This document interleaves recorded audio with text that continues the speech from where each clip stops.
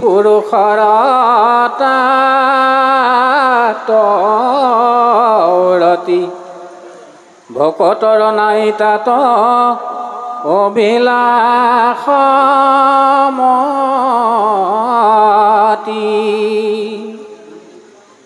যিটো বাইকে আছে গুণ নাম মাধৱৰ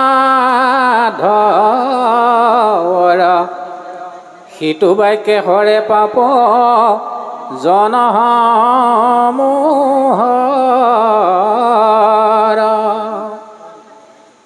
হে ৰাম ভকতি বিহীন জ্ঞান কৰ্ম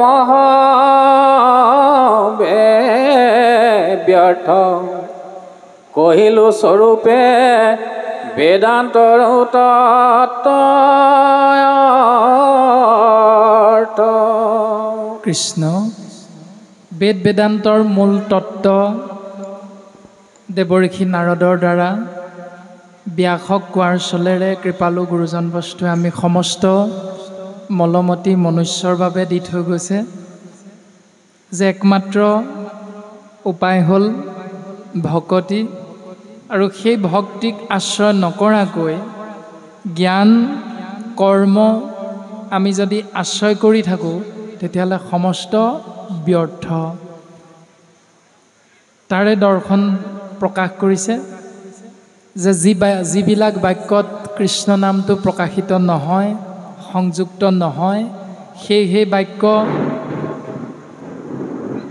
চোৱা পাতনিতকৈ লেতেৰা আৰু যি বাক্যত কৃষ্ণ নাম প্ৰকাশিত হয় সেই বাক্যৰ দ্বাৰা জীৱসমূহৰ পাপ নাশ হয় আৰু যে বাক্যক কৃষ্ণ নাম নথকা আমি আশ্ৰয় কৰি পুৰুষৰূপী জীৱতত্ত্বই অতিকৈ ভাল পাওঁ সেই পুৰুষৰূপী জীৱতত্ত্বক কোৱা হৈছে কাকতুল্য কামী পুৰুষৰ তাত ৰতি। কাক মানে কাউৰী। সেই মানুহজনক মানুহ বুলি কোৱা নাই, শাস্ত্ৰই কৈছে সেইজন মানুহ নহয়, মানুহৰ ৰূপত তেওঁ প্ৰকৃততে এজনী কাউৰী। এনেকৈহে আমাক শাস্ত্ৰই ককৰ্থনা কৰিছে। এতিয়া আমি শাস্ত্ৰসন্মতে চিন্তা কৰা সেই বিষয়টো নিজক যদি বিশ্লেষণ কৰোঁ 11টা ইন্দ্ৰিয় সহিতে 24টা তত্ত্বৰে গঠিত আমাৰ এই শৰীৰটো আমি জীৱতত্ত্ব লাভ কৰাৰ পাছত আমি মানুহৰ শাৰীলে নিজকে উত্তৰণ ঘটাব পাৰিছোঁ নে আমি শাস্ত্ৰই কোৱা ধৰণে কাউৰীৰ মাজতে নিজকে অৱস্থান কৰাই ৰাখিছোঁ? এইটো আমাৰ প্ৰত্যেকৰে নিজৰ নিজৰ চিন্তাৰ বিষয়বস্তু। শাস্ত্ৰই আমাক তত্ত্বজ্ঞান এনেধৰণে প্ৰকাশ কৰিছে যে কৰ্মমাৰ্গ আৰু জ্ঞান মাৰ্গ যদি আশ্ৰয় কৰি জীৱন অতিবাহিত কৰিছা য'ত ভকতি প্ৰকাশমান নহয় সেই ধৰণৰ নীতি নিয়মক আশ্ৰয় কৰি সেই ধৰণৰ কৰ্মক ধৰ্ম হিচাপে বুজি লৈ আমি আশ্ৰয় কৰা প্ৰত্যেকজন শৰীৰধাৰী মনুষ্য শাস্ত্ৰই কাউৰী কুকুৰ গাধ ছাগলী আদি পশুৰ লগত কিন্তু তুলনা কৰিছে। এৰা আৱে অনাদৰি জ্ঞান কৰ্ম কনিশেষ কেৱলে দিয়োক ভকতিৰ উপদেশ। ব্যাস এই সকলোবিলাক নাশ হোৱা একমাত্ৰ উপায় কেৱল ভক্তি। এই উপদেশ তুমি জীৱৰ মাজত প্ৰচাৰ কৰা প্ৰকাশ কৰা। তুমি জ্ঞান আৰু কৰ্ম সমস্ত যে আগতে জীৱৰ মংগল হ'ব বুলি প্ৰকাশ কৰিছিলা এই সমস্তখিনি নাশ হ'ব, জীৱ উদ্ধাৰ হ'ব, জীৱই পৰম পুৰুষ প্ৰভু ভগৱন্তৰ কৃপাধন্য হৈ পৰম গতি লাভ কৰিব পাৰিব। তুমি সেই ভক্তিৰ উপদেশ জীৱৰ মাজত প্ৰকাশ কৰা। এই ৰামে ভকতি সি কৰে সংসাৰৰ বন্ধ নাশ ভকতিৰ প্ৰভাৱ শুনিও ঋষি ব্যাস। ভক্তিয়েহে যে একমাত্ৰ জীৱক সংসাৰ বন্ধনৰ পৰা মুকলি কৰি ৰাখিব পাৰে, সেই ভক্তিৰ প্ৰভাৱ কেনেকুৱা হ'ব পাৰে, সেই ব্যাস তোমাক আমি কওঁ, তুমি শুনা। কৃষ্ণ। ৰামেশ্বৰ ধৰ্ম তেজী ভজে কৃষ্ণক সম্প্ৰতি, তাতে প্ৰেম পূৰ্ণ যেবে নভৈল ভকতি।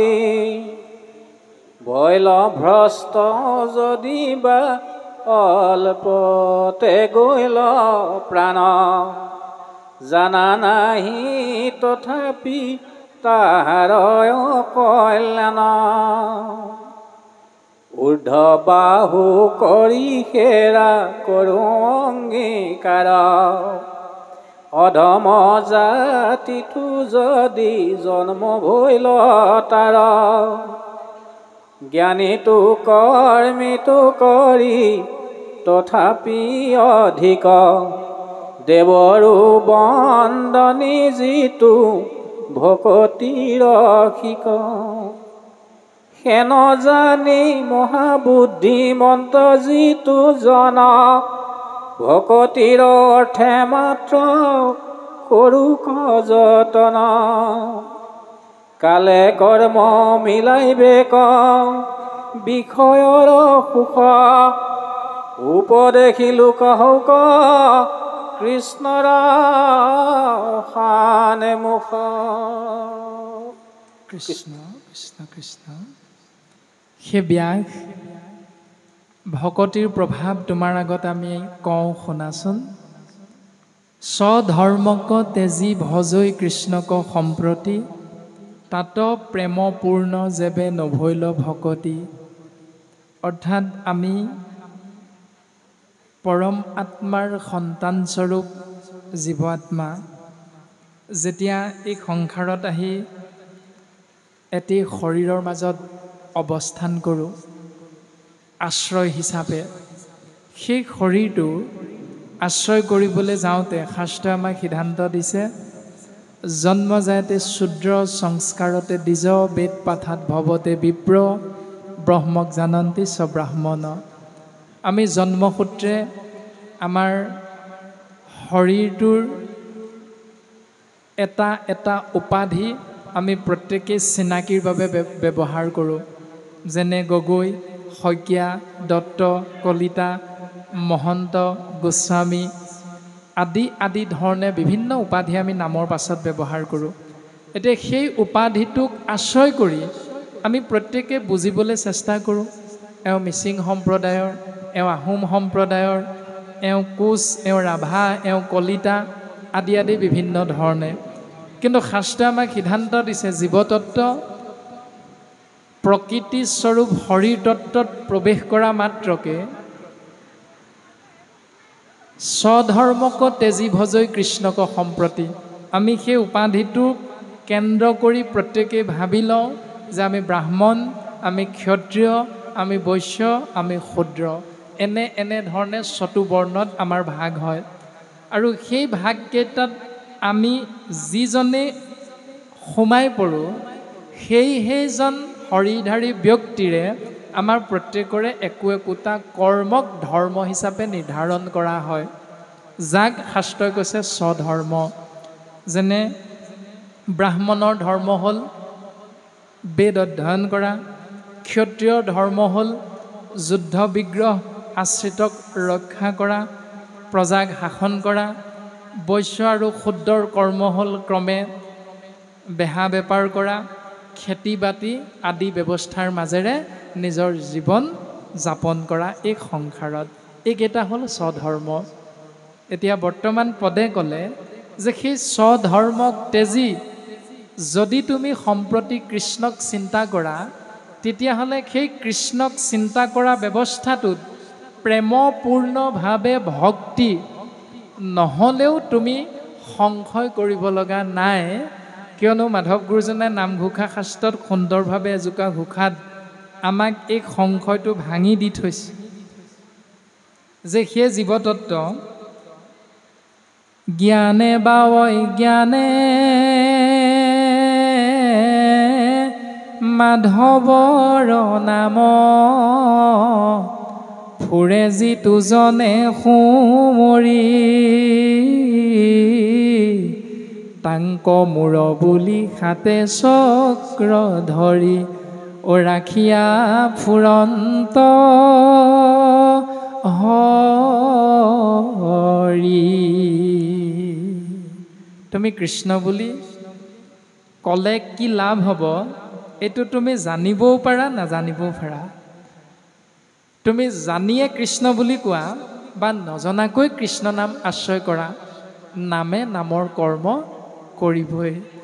যে তাত প্ৰেম পূৰ্ণ যেবে নভৈল ভক্তি, তাত পূৰ্ণ ৰূপত ভক্তি আশ্ৰয় নহ'লেও যদি তুমি কৃষ্ণ নাম আশ্ৰয় কৰা মুহূৰ্তত ভৈল ভ্ৰষ্ট যদি বা অল্পতে গৈল প্ৰাণ, তোমাৰ যদি এই সংসাৰৰ পৰা যাব লগা হ'ল সেই সময়খিনিত, তেতিয়াহ'লে জানা নাহি তথাপি তাহাৰ অকল্যাণ।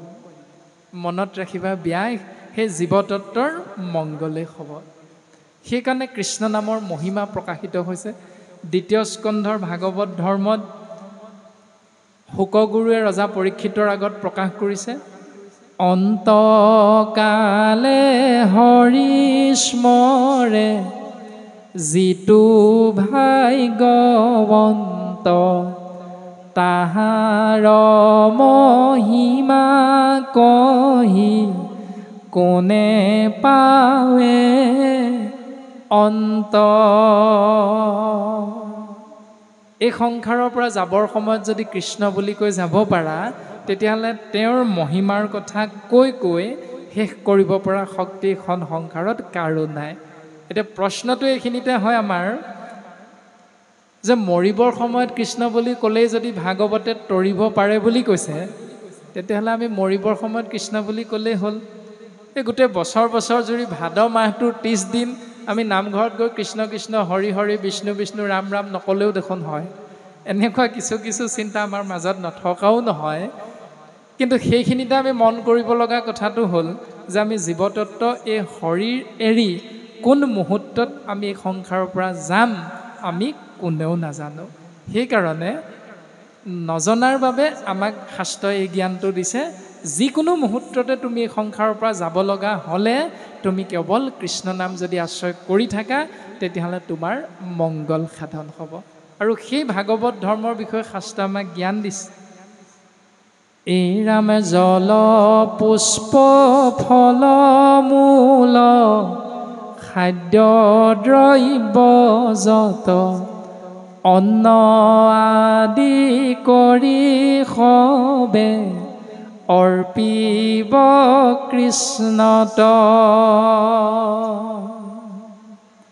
তেবে গৃহ ধৰ্মে হিংসা দুখে নপাৱয়, কৃষ্ণে কনিষ্ঠ হুয়া মুকুতি সাধয়। এই যে আমি ৰাতিপুৱা 8 বজাতেই বাপৰ গৃহত আহি উপস্থিত হোৱা হ'ল আপোনাসৱ, আমি বাৰু 1 বজাতহে আহি পাইছোঁ। কিন্তু সেই 8 বজাৰ পৰা এতিয়া 3 বজালৈকে বাপাই সমস্ত হয়তো ঘৰত বা কি খাই আহিল কি নাহিল এতিয়ালৈকে হয়তো কোনোৱে সিদ্ধান্ত গ্ৰহণ কৰা নাই। ভোক লাগিছে হ'লেও উঠি যাবলৈ হয়তো সেউকীয়া আমাক কোৱা নাই। সেইকাৰণে হয়তো যাক যাক কোৱা হৈছে, যাৰ যাৰ ভাগত দায়িত্বটো আহি পৰিছে, তেওঁলোক ইতিমধ্যে উঠি গৈছে, সিদ্ধান্ত গ্ৰহণ কৰিছে। যিসকল যোৱা নাই তেওঁলোকেও নিশ্চয় অলপ পাছতে যাব। কিন্তু মূল বিষয়টো হ'ল যে অত্যন্ত ভোক লাগি থাকিলেও, অত্যন্ত পিয়াহত আতুৰ হৈ থাকিলেও আমি যি মুঠি অন্ন গ্ৰহণ কৰিম, যি জল আমি গ্ৰহণ কৰিম, সেই জল গ্ৰহণ কৰিবলৈ লওঁতে শাস্ত্ৰই কৈছে যিজনে আগবঢ়াই দিব তেওঁ কৃষ্ণ বুলি কৈ আগবঢ়াই দিব লাগে। আৰু যিজনে গ্ৰহণ কৰিব তেওঁ কৃষ্ণ বুলি কৈ গ্ৰহণ কৰি যদি পানীৰ গিলাচটোৰ পৰা পাত্ৰটোৰ পৰা যদি এঢোক পান কৰি দিয়া যায়, কিয়নো আমি কোনেও হয়তো নাজানিম যে পিয়াহত আতুৰ হৈ থকা সেই ব্যক্তিজনে আশ্ৰয় কৰা সেই পানীগিলাচৰ প্ৰথম ঢোকটোৱে হয়তো তেওঁৰ জীৱনৰ শেষ ঢোক হ'ব পাৰে। আমিতো কোনেও নাজানো যে অত্যন্ত পিয়াহত থকাৰ বাবে পানী ঢোকটো গিলি দিওঁতে ডিঙিত লাগি ধৰি আপোনাৰ মোৰ হয়তো মৃত্যু হৈ যাব পাৰে। সেইকাৰণে শাস্ত্ৰই কৈছে যে কৃষ্ণ নামটো যদি সেই গিলাচটো গ্ৰহণ কৰা পানী ঢোকাৰ প্ৰাক মুহূৰ্তত আমি যে আশ্ৰয় কৰিছিলোঁ, দিয়াজনে কৃষ্ণ বুলি কৈ দিছিল, গ্ৰহণ কৰাজনে কৃষ্ণ বুলি কৈ গ্ৰহণ কৰিছিলোঁ, সেই তাৰ দ্বাৰা জীৱৰ মংগল সাধন হয়। গতিকে সেই কৃষ্ণ ভাৱনাটোত শাস্ত্ৰসন্মতে শৰণ ভজন ভক্তি সদাচাৰ হয়তো এই চাৰিটা বস্তু সেই মুহূৰ্তত তোমাৰ যোগ নহ'বও পাৰে। সেই কথাটো প্ৰকাশিত হৈছে। গতিকে তাত প্ৰেমপূৰ্ণ যেবে নভৈল ভক্তি, তাত যেনেধৰণে শাস্ত্ৰসন্মতে ভক্তি যোগ হ'ব লাগে তেনেধৰণে হয়তো নহ'বও পাৰে। তথাপিতো তুমি যে কৃষ্ণ বুলি কৈ গ্ৰহণ কৰিছিলা, সেই ব্যাস মনত ৰাখিবা, জানা নাহি তথাপি তাহাৰ অকল্যাণ, তেওঁৰ মংগলেই হ'ব। কিন্তু কিমান মংগল হ'ব তাৰো সিদ্ধান্ত দিছে যে ঊৰ্ধ্ব বাহু কৰি খেৰা কৰো অংগীকাৰ, অধম জাতিটো যদি জন্ম ভৈল তাৰ। গোটেই জীৱনটো তেওঁ নকৰিব লগা কৰ্ম কৰিলে, শাস্ত্ৰৰ বিপৰীত কৰ্মখিনিয়ে কৰিলে, কিন্তু মৃত্যুৰ প্ৰাক মুহূৰ্তত কৃষ্ণ বুলি কৈ সংসাৰৰ পৰা যাব পাৰিল। সেইকাৰণে তেওঁৰ পাপ আৰু পুণ্যৰ হিচাপ যেতিয়া হ'ব, সেই পাপ পুণ্যৰ হিচাপত পাপৰ তুলনাত যদি পুণ্য কম হয়, তেতিয়াহ'লে তেওঁ শাস্ত্ৰই কৈছে অধম জাতিত হয়তো জন্মগ্ৰহণ কৰিব। কিন্তু শাস্ত্ৰই কৈছে চিন্তা কৰিব নালাগে, অধম জাতিটো যদি জন্ম ভৈল তাৰ, তেওঁ যদি অধম জাতিটো জন্মগ্ৰহণ কৰিব লগা হয়, জ্ঞানীটো কৰ্মীটো কৰি তথাপি অধিক, দেৱৰো বন্দনী সিটো ভকতি ৰসিক। তেওঁ যে কৃষ্ণ বুলি কৈ এই সংসাৰ এৰিছিল, সেইকাৰণে জ্ঞান মাৰ্গ আশ্ৰয় কৰি থকা এই সংসাৰৰ এটি শৰীৰধাৰী জীৱতত্ব বা কৰ্মমাৰ্গ আশ্ৰয় কৰি থকা এই সংসাৰৰ এটি জীৱতত্বৰ পাব লগা সন্মানতকৈ সেই সংসাৰ এৰি যোৱা আত্মাতত্ব দেৱৰো বন্দনী সিটো ভকতি ৰসিক। তেওঁ দেৱতাৰো বন্দনাৰ পাত্ৰ হৈ যাব পাৰে, ইমান উচ্চস্তৰীয় পদ তেওঁ লাভ কৰিব পাৰে। সেয়াই হ'ল কৃষ্ণ নামৰ মহিমা। আৰু সেই কৃষ্ণ নামযুক্ত ভাগৱত 18 নম্বৰ ভাগী শাস্ত্ৰ প্ৰণয়ন কৰিবৰ বাবে কৃপালু দেৱঋষি নাৰদে ব্যাসৰ আগত উপদেশ প্ৰদান কৰি সিদ্ধান্ত দিছে শেষৰ ফালে পদে, এই ৰামে খেন জানি মহা বুদ্ধিমন্ত যিটো জন ভকতিৰ অৰ্থে মাত্ৰ কৰো যতন। যিসকলে নিজকে বুদ্ধিমন্ত বুলি জ্ঞানী বুলি সমাজত দেখুৱাবৰ ইচ্ছা আছে, তেৰা সমস্তৰ কৰ্ম হ'ল কেৱল ভক্তিৰ অৰ্থে চেষ্টা কৰা, নিজক আগবঢ়াই নিয়া। কিয়নো ব্যাস তুমি মনত ৰাখিবা, অ কালে কৰ্ম মিলাইবে ক বিষয়ৰ সুখ, উপদেশী লোক শোক কৃষ্ণক সন্মুখ। কাল মানে সময়, সময়ৰ লগে লগে বিষয় সুখ পাবলৈ এটি শৰীৰধাৰী জীৱাত্মা স্বৰূপ মানুহ নামৰ এই ব্যক্তিজনে আমি যিখিনি কৰ্ম কৰি থাকোঁ, সেই কৰ্মৰ ভিতৰত শ্ৰেষ্ঠ কৰ্মটো হ'ল কৃষ্ণৰ চৰণ চিন্তা কৰা, কৃষ্ণৰ নাম আশ্ৰয় কৰা।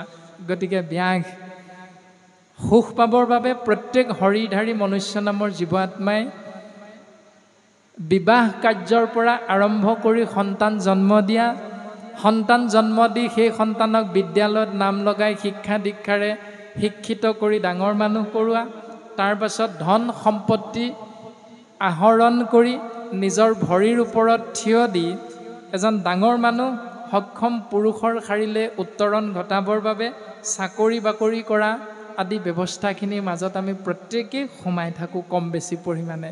কিন্তু শাস্ত্ৰই কৈছে উপদেশী লোকশৌক কৃষ্ণক সন্মুখ। কাল মানে সময়, সময়ে এইখিনি কথা এটি জীৱক নিজে নিজে শিকাই যাব। গতিকে ব্যাস এই সময়ে শিকাই যাব লগা কথাখিনি তুমি জীৱৰ মাজত প্ৰচাৰ নকৰি তুমি এই তত্ত্বটো জীৱৰ মাজত প্ৰচাৰ কৰা, যাতে কৃষ্ণৰ নাম আশ্ৰয় কৰিলে জীৱই নিবিচৰাকৈ সমস্ত সুখ, আত্যান্তিক সুখ, পৰম পদ, মায়াতৰণৰ উপায় সমস্তখিনি অনায়াসে লাভান্বিত হয়। এই জ্ঞানটো তুমি এই ভাগৱত শাস্ত্ৰৰ মাধ্যমেৰে পদবন্ধে প্ৰকাশ কৰা। এনেধৰণে দেৱৰ্ষি নাৰদে ব্যাসক উপদেশ প্ৰদান কৰিছে। আৰু আমিও প্ৰত্যেকজন শৰীৰধাৰী মনুষ্যই আমাৰ সন্তানবিলাকক এই তত্ত্বটো শিকোৱাটো অতীৱ প্ৰয়োজন। বোলে মোৰ সোণ যে যেনেকৈ নামাতো, সোণটো সোণজনী আইজনী যি বুলি আমি সম্বোধন নকৰোঁ কিয়, বোলে সোণটো তুমি যে এই চাকৰিটো পালা, এই চাকৰিটো পাই তুমি যে জম্মু কাশ্মীৰ দিল্লী আদি স্থানত গৈ থাকিবাগে আমাৰ পৰা বহু দূৰত আঁতৰি, তুমি এটা কথা সদায় মনত ৰাখিবা যে সাম্প্ৰতিক সময় যদিও টেলিফোনৰ যুগ, দূৰভাষৰ যুগ, ফোন কৰিলে আমি খবৰ পাওঁ, তথাপিতো আমি এজন ব্যক্তি এঠাইৰ পৰা আন ঠাইলৈ যাওঁতে কমকৈও 2-3 ঘণ্টা সময়ৰ প্ৰয়োজন হয় বিপদৰ সময়ত উপস্থিত হওঁতে। গতিকে শাস্ত্ৰই কৈছে যে বিপদৰ সময়ত ৰক্ষা কৰা ত্ৰাণকৰ্তা এক ইখতত্ত্ব আছে, যাৰ নাম হ'ল কৃষ্ণতত্ত্ব। সেই কৃষ্ণতত্ত্বৰ চৰণ তুমি সদায় চিন্তা কৰিবা। আমি পিতৃ মাতৃয়ে জন্ম দিলোঁ হয়, কিন্তু তোমাৰ বিপদৰ সময়ত আমি তোমাৰ কৰ্মৰ জেগাত উপস্থিত হওঁতে হয়তো 3-4 ঘণ্টা সময় হৈ যাব পাৰে। কিন্তু তুমি সদায় মনত ৰাখিবা, আমি গৈ পোৱাৰ আগতো প্ৰত্যেক মুহূৰ্ততে সোঁৱে বাৱে পূবে পশ্চিমে উত্তৰে দক্ষিণে তোমাক প্ৰত্যেক মুহূৰ্ততে সহায় কৰি থকা এক শক্তি আছে, যাৰ নাম হ'ল কৃষ্ণতত্ত্ব। সেই শক্তিক তুমি সদায় চিন্তা কৰিবা। আৰু তেওঁক যদি সদায় চিন্তা কৰা, আমি গৈ তোমাৰ কাষত উপস্থিত নহ'লেও সেই শক্তিয়ে তোমাক সদায় বাট বা পথ দৰ্শন কৰাই থাকিব। এই তত্ত্ব যদি আমি শাস্ত্ৰসন্মতে আমাৰ সন্তানক শিকাওঁ, তেতিয়াহ'লে আমি কোনোদিন সন্তানটো ভালে আছে নে নাই, সন্তানটোৰ কি হৈছে, কেনেকুৱা হৈছে আদি চিন্তাবিলাক কৰি কৰি আমি গৃহৰ মধ্যে হাবাথুৰি খাব লগা নহয়। আমি যে এইখিনি কথা নিশিকাওঁ, নিজেও যে পালন নকৰোঁ, হয়তো কৰিবলৈ অকণমান দিগদাৰো পাওঁ। সেইকাৰণে হয়তো আমি এই দুৰ্দুল্যমান অৱস্থাত ব্যাসৰ দৰে আমি অৱস্থান কৰিব লগা হয়। হয়, সন্তানক MA পাছ কৰালোঁ, ইঞ্জিনিয়াৰ কৰিলোঁ, IPS বিষয়া কৰিলোঁ আদি ডাঙৰ ডাঙৰ পদবীত আমি অৱস্থান কৰালোঁ, অৱতীৰ্ণ কৰালোঁ, কিন্তু আমাৰ মনত কিন্তু তথাপিও এটা ভাৱে অহৰহ ক্ৰিয়া কৰি থাকে যে মই বিচনাত পৰিলোঁ বুঢ়া বুঢ়ী। যাবৰ সময়ত দিল্লীৰ পৰা আহি সন্তানে বোৱাৰীয়ে মুখত পানীকণ দিবলৈ পাবনে নাপায়। আপোনাৰ মোৰ প্ৰত্যেকৰে হয়তো এনেকুৱা এটা ভাৱনা হৃদয়ৰ মাজত নিশ্চয়কৈ আছে। গতিকে এনেকুৱা যি ভাৱনা, এই ভাৱনাৰ পৰা আমি অনায়াসে পৰিত্ৰাণ পাব পাৰিম যদিহে শাস্ত্ৰসন্মতে আমি চিন্তা কৰোঁ যে কালে কৰ্ম মিলাই বেক বিষয়ৰ সুখ, উপদেশী লোক শোক কৃষ্ণক সন্মুখ। বৰ্তমান পদে এনেকৈ প্ৰকাশ কৰিলে, আমাৰো জ্ঞান সীমিত। গতিকে বাপে পুনৰ আগবঢ়াই দিব নাৰদৰ উপৰি জন্মৰ কথা। আৰু সময় 3 বাজিছে কৃষ্ণ। আমাৰ ইতিমধ্যে আসনত বহা 1 ঘণ্টামান হৈছেহে, তাকে আকৌ বতৰেও অকণমান সময় ৰখালে।